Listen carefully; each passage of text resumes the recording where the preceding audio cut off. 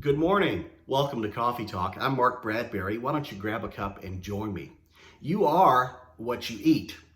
That's right. Some of these research studies have come out and they say that eating things like bacon double cheeseburgers and deep fried Oreos and greasy potato chips are bad for your health. Wow, can you believe that? It's like, junk food might cause me illness or even an untimely death. I don't know what to think. Hey, seriously though, it's no surprise that junk food can be bad for you, particularly if you eat a lot of it, It might show up in a few extra pounds here and there. It might be some shortness of breath. It might be some clogged arteries. It might even really be, an untimely death. We don't want that. But you're in trouble when your doctor goes at you and he puts you on a low sodium, low carb diet that tastes a lot like the packaging that it comes in. Well, back in the first century after Christ, Pastor Titus was dealing with a similar sort of dietary problem in his church. Some of the congregation had developed an unhealthy diet. But no, it wasn't in regard to bad food. Rather, they were nibbling on bad ideas. The Christians of Crete were listening to unsound teachings and the effects were beginning to be felt. That's right, yeah. Their behavior had begun to reflect the unhealthy doctrines that they were listening to and adopting into their lives, and we had catastrophic results. There was a lot of bad things going on there. They were growing unhealthy. Their behavior had become, detestable, distasteful, diseased, rather than healthy, hearty, and helpful. So Paul instructed the pastor of that church, Titus, to be mindful, teach what is in accord with sound doctrine, he said. You need to get these false teachers out of there. And a literal translation of this verse, where Paul tells him that, says, speak what is fitting in the being healthy teaching. Wow.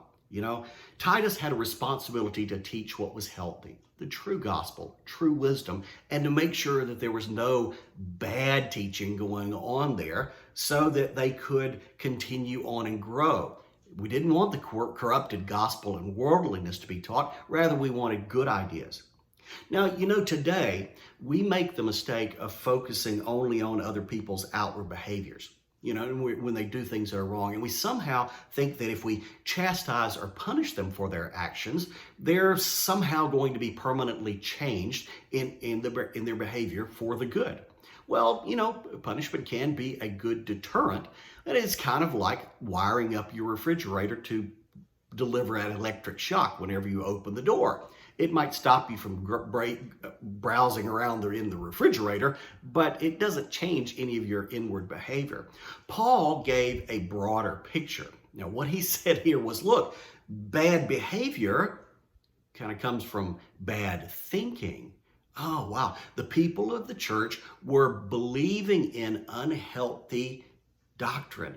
They were behaving in unrighteous ways, and they needed to change that. They were, of course, accountable for their actions, but the source of the problem was elsewhere. False teachers were filling them with wrongful ideas, and the result was that entire households were being corrupted.